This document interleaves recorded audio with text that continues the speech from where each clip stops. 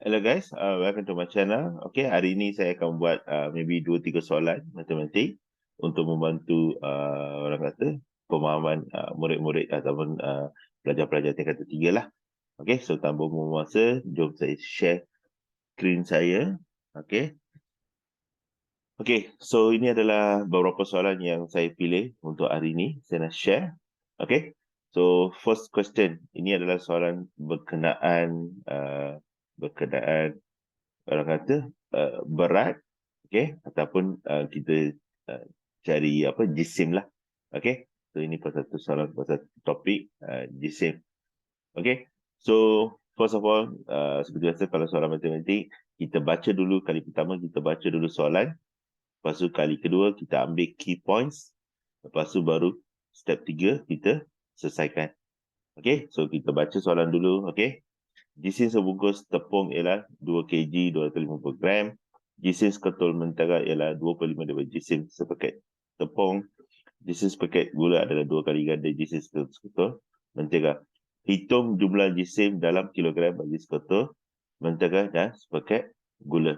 Okey, so bila kita baca soalan, why sebelum kita ambil key points ni, at least kita faham apa soalan tu nak. Lepas tu baru kali kedua bila kita baca, kita ambil dia punya poin-poin yang penting. Okay. So, ini adalah soalan. Okay. Jadi kita ambil dia punya poin-poin dia. Saya tulis kat sini. Okay. So, sambil kita ni buat, sebab ini soalan kita kena tunjuk jalan kerja. Okay. So, first of all, sebungkus tepung ialah 2 kilo 250 gram. Jadi, kita just ambil macam keyword yang kita boleh faham. Okay, sebab dia ada tepung, ada mentega dan ada gula. Jadi T ni kita just untuk ingatan kita tulis tepung. Jadi tepung adalah 2 kg. Okay, kita tulis kat sini 250 gram. Okay, next seketul mentega. Mentega kita boleh tulis M.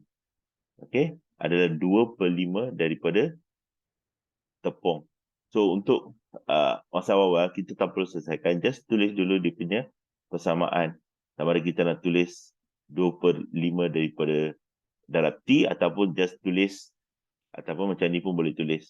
Okay, siapa yang suka tulis macam ni pun boleh. Okay, as long as kita faham. Okay, then dia kata jisim sepaket gula adalah, so gula kita letak G adalah 2 kali ganda daripada jisim seketul mentega. Mentega kita tahu M. Jadi kita tulis je. Jadi kita ada, boleh dikatakan, bukan kata 3 persamaan, at least kita ada 3 info yang penting. Okay. Lepas tu dia kata hitung jumlah jisim dalam kg bagi seketul mentega dan sepaket gula. Jadi basically dia nak M dengan G, tapi ini yang kita kena baca soalan dia betul-betul. Jumlah jisim. Okay, saya highlight ke sini. Mana highlighter saya ambil. Okay, jumlah jisim. Okay, kita kena ambil jumlah jisim. Okay, so jangan salah step ataupun jangan salah baca soalan. Okay, so sekarang ni bila dia tanya jumlah jisim, maknanya kita first kena tahu M, lepas tu G, lepas tu kita jumlahkan. Jadi untuk soalan ni, first kita selesaikan M dahulu.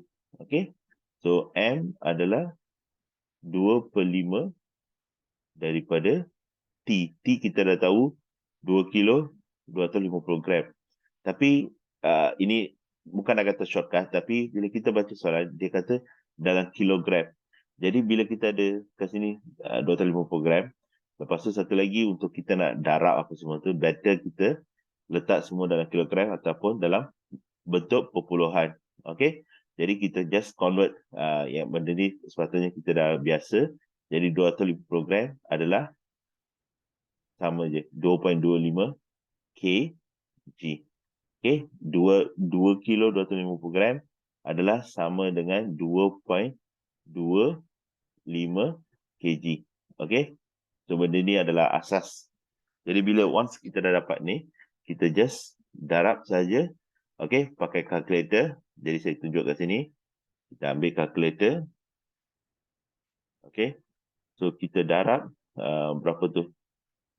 2 darab 2.25 bagi dengan 5. So, 2 darab 2.25 bagi 5. So, kita akan dapat 0.9 kg. So, ini adalah untuk mentega. Okay. Untuk gula pula, dia dah bagi, kita dah tulis kat sini, just gantikan je. 2 kali M, 0.9 kg. Jadi, jawapan dia untuk gula adalah 1.8 kg. Tapi ini bukan jawapan Sebab tu tadi saya lakukan jumlah jisim. Jadi jumlah jisim, katakan jumlah adalah M tambah G. Okey, so mentega 0.9. Okey, gula 1.8. Jadi kita akan dapat 2.7. Okey, jangan lupa unit. Okey, so 2.7 tu apa? 2.7 gram ke, 2.7 kg ke, ataupun 2.7 kilometer ke. Jadi pastikan kalau dalam jawapan, okey, kita tulis dengan unit sekali. So ini adalah jawapan 2.7 kg. Okey, so harap faham Okey. So nanti saya akan letak link untuk Jamboard ni. Kalau nak rujuk semula jalan kerja ataupun nak download jalan kerja ni, just gunakan link tu. Okey. So next, okay, ini okay, ni tadi saya buat apa orang kata, siapa yang nak tahu cara lagi apa shortcut ataupun nak tengok jawapan dia, boleh tengok kat sini. So saya ada buat 2 kali jalan kerja. Okay. Hello guys, okay, welcome to my channel. Okay, so kita sambung dengan soalan nombor 2 pula. Okay, so kita akan buat soalan kedua. Kali ini soalannya adalah berkaitan. Sekejap saya share soalan dia. Okay. Boleh nampak skrin saya? Okay. Soalan kali ini adalah berkaitan pasal kebarangkalian. Okay. Jadi soalan ni biasa. Okay. Macam saya kata tadi. Biasa bila kita baca soalan. Sambil first kita baca soalan. Step kedua, kita ambil info yang penting. Lepas tu step ketiga, baru kita selesaikan. Okay. So step pertama, kita baca dulu soalan.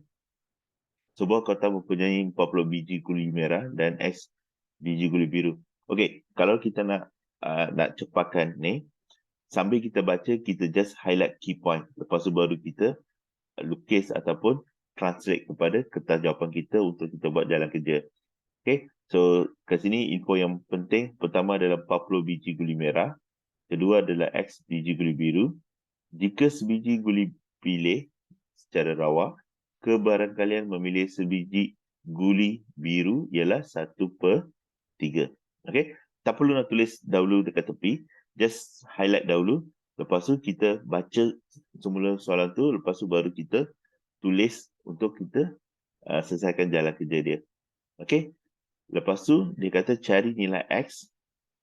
Okey, sebenarnya Rafi kita tahu guli merah dia dah bagi tahu X adalah untuk bilangan guli biru.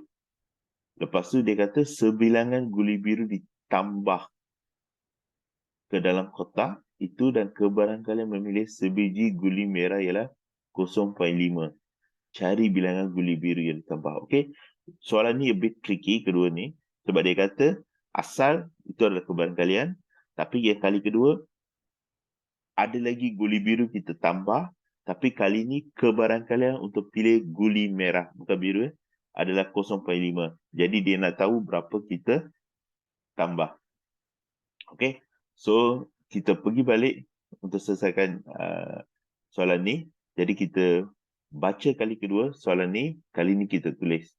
Jadi kita dah highlight tadi. Okey, bila kita highlight, kita tulis dalam short form supaya kita senang faham. Biji guli merah, okey, kita tulis M, kita tahu adalah 40.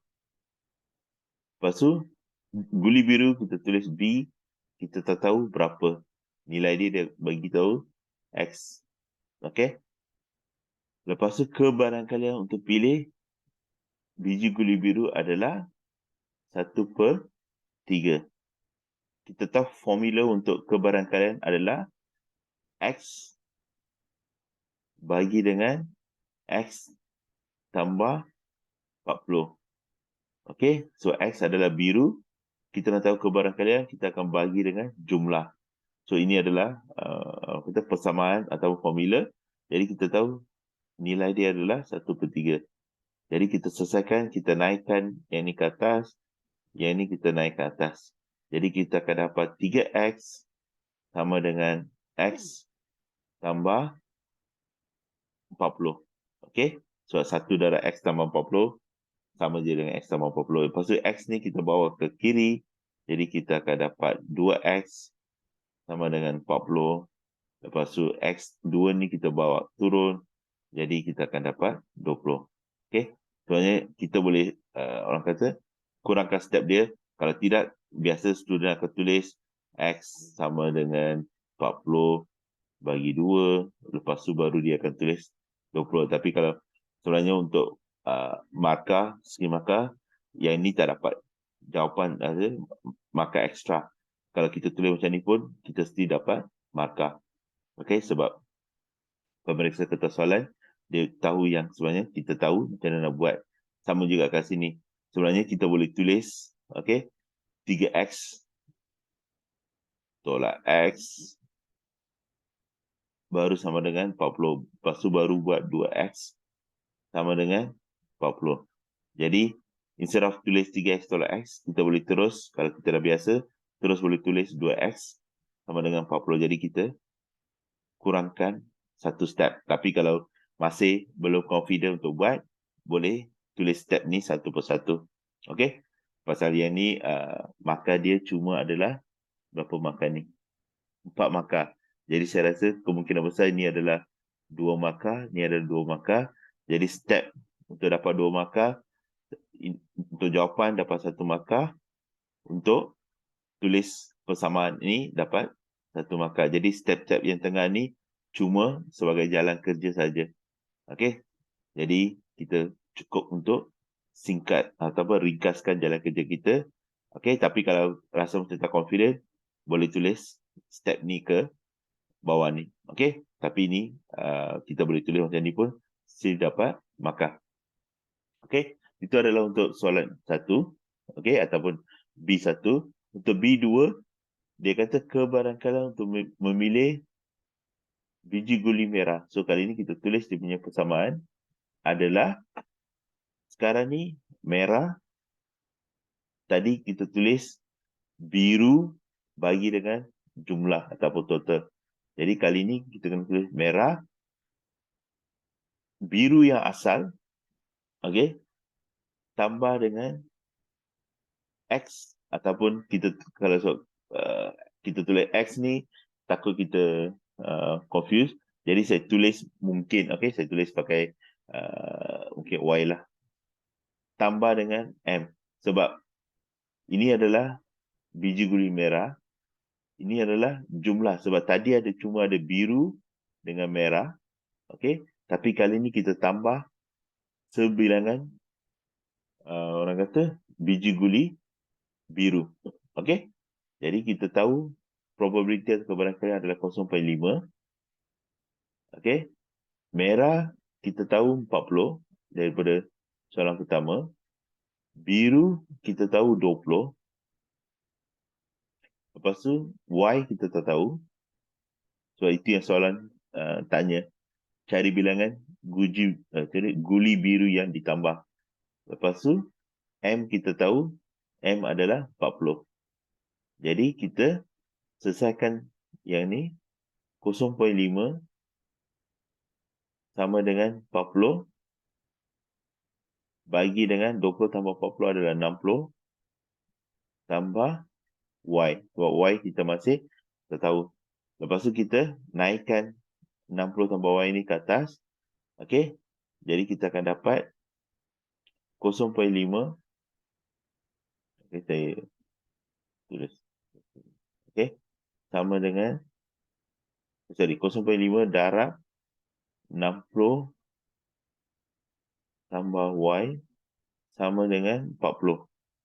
Okey. So Sekejap, saya padamkan ini supaya kita nampak clear.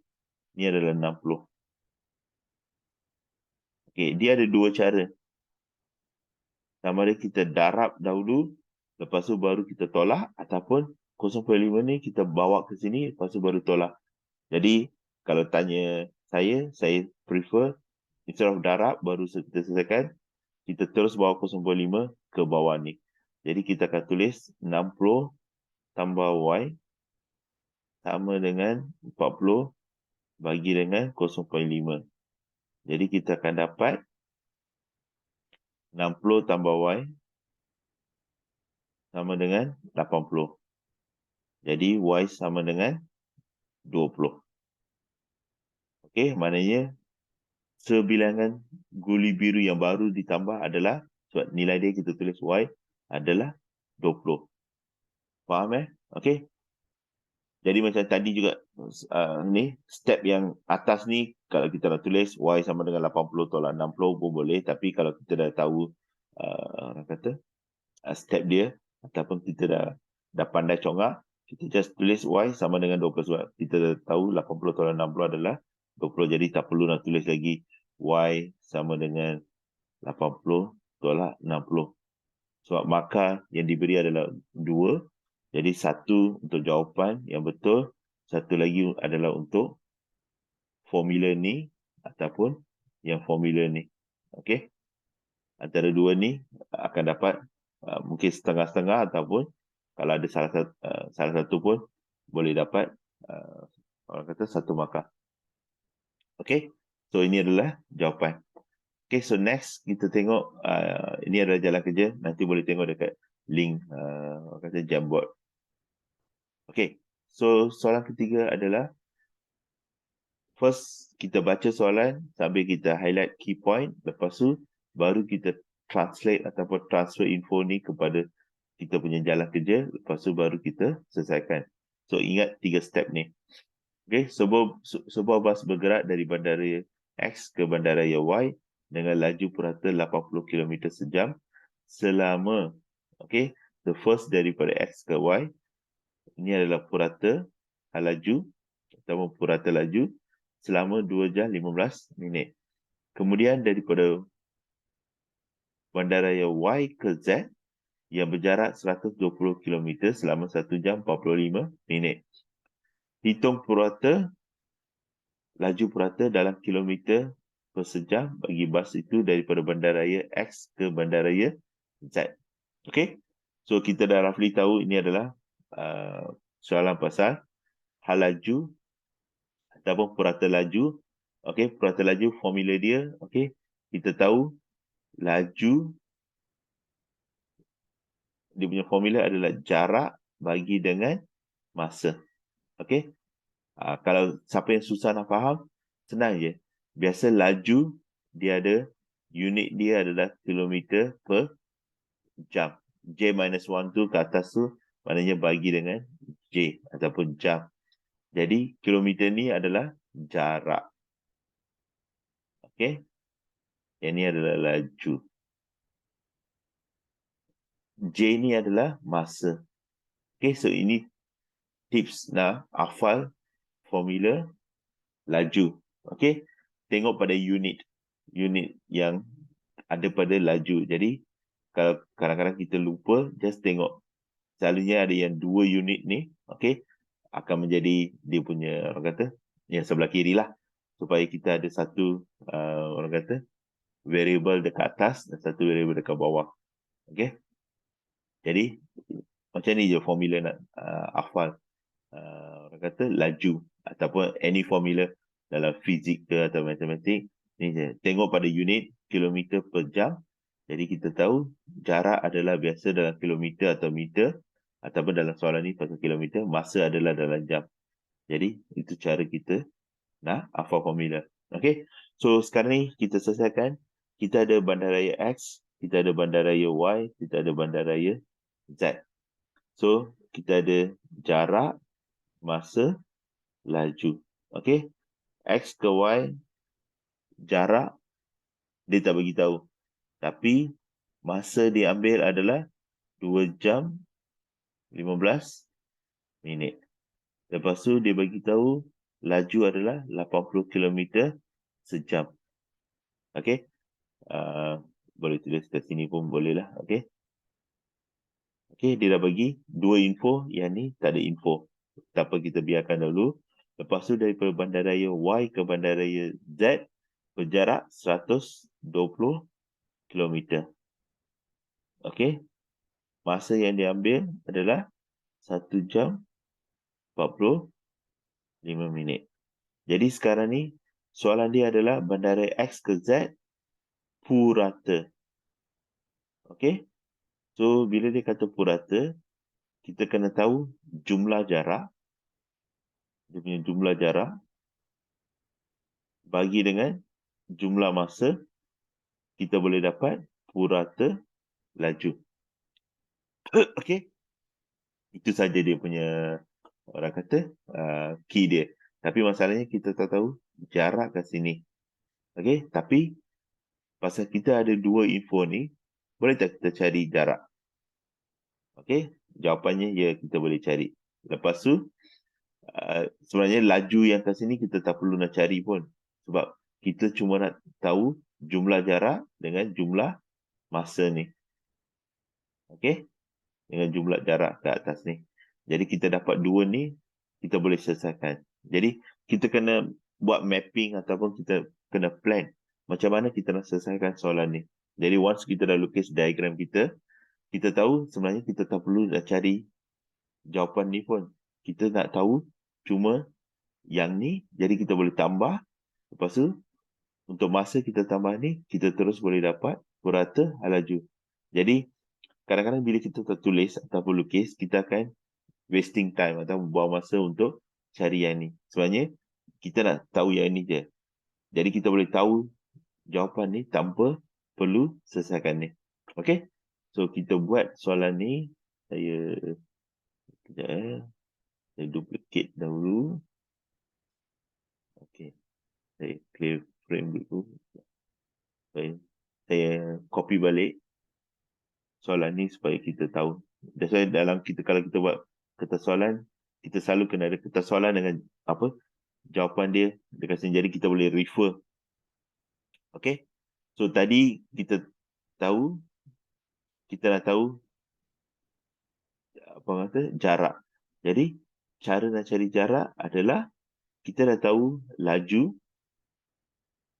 okay, adalah 80 km sejam. Tapi dia cuma bagi masa 2 jam 15 minit. Formula untuk laju adalah laju jarak bagi masa. Jadi kita nak cari jarak, kita cuma darabkan laju dengan masa. Jadi laju adalah 80 km per sejam, darab dengan 2 jam 15 minit. Okey, yang ni tricky sikit. Sebab dia ada jam dengan minit. Okey, kalau nak senang, okey, ataupun cara yang mudah, 15 minit ni sepatutnya kita tukar jadi jam, jadi kita boleh darab terus. So dalam kes ni, kita tahu 2 jam 15 minit sebenarnya adalah sama dengan 2.25 jam.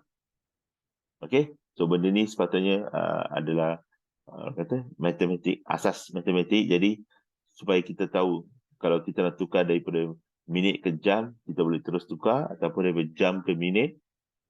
Okey, contoh kalau laju ni diberi dalam minit per jam, okey, kita boleh tukar daripada jam ke minit. Okey, tapi dalam soalan ni dia adalah dalam jam, jadi kita darab dengan 2.25. Okey, so kita darab pakai kalkulator. Okey, kita adalah 80 darab 2.25. 80 darab 2.25. So kita dapat 180. So jaraknya adalah 180 km. Maknanya daripada X ke Y ke Z, jarak adalah 180 km untuk X ke Y. Daripada Y ke Z, dia dah bagi 120 km. Okey. Lepas tu tadi kita dah tulis masa yang diambil adalah ke sini adalah 2 jam 15 minit. Kita tukar jadi 2.25 jam. Okey, ini adalah jarak, ini adalah masa, supaya kita boleh dapat purata laju ataupun laju dia. Kat sini, Y ke Z, dia bagi 1 jam 45 minit. 1 jam 45 minit adalah sama dengan 1.75 jam. Okey? So, sekarang ni kita nak tahu daripada X ke Z, purata laju, kita tambahkan ni 180 tambah 120 adalah 300 km. Okey? Lepas tu 2.25 jam tambah dengan 1.75 jam adalah 4 jam. Okey?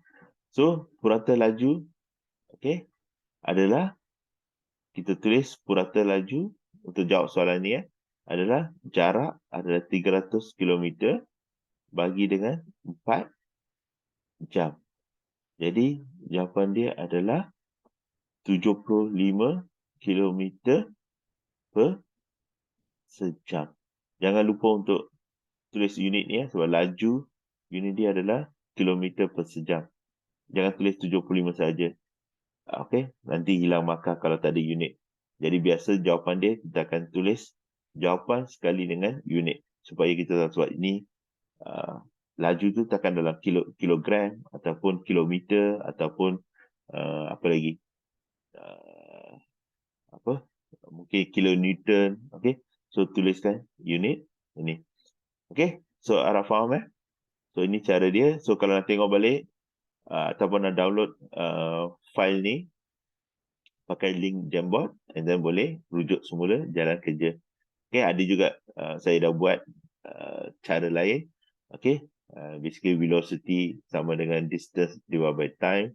So boleh buat ikut ni. Okay, boleh tulis pakai minit juga, tapi masa kita kira, kita dah tahu 2 jam 15 minit tambah 1 jam 40 minit adalah sama dengan 4 jam. So ini satu lagi cara lah. Okay, ini yang tadi saya explain. So boleh refer semula kalau tak faham. Okey, kalau ada soalan boleh type dekat ruang komen. Nanti saya akan ulas jawapan lah kalau perlu. Okey, so terima kasih semua. Okey, harap membantu.